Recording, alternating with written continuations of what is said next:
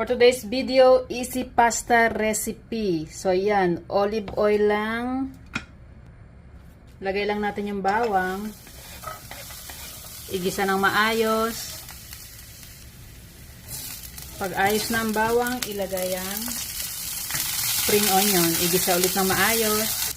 Pag okay na, ilagay yung oyster sauce.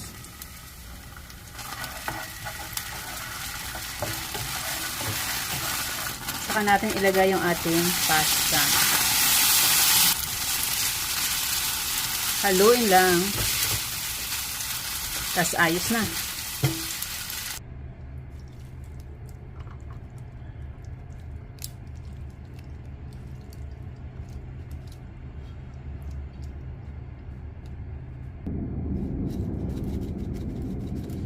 Simple and easy pasta recipe.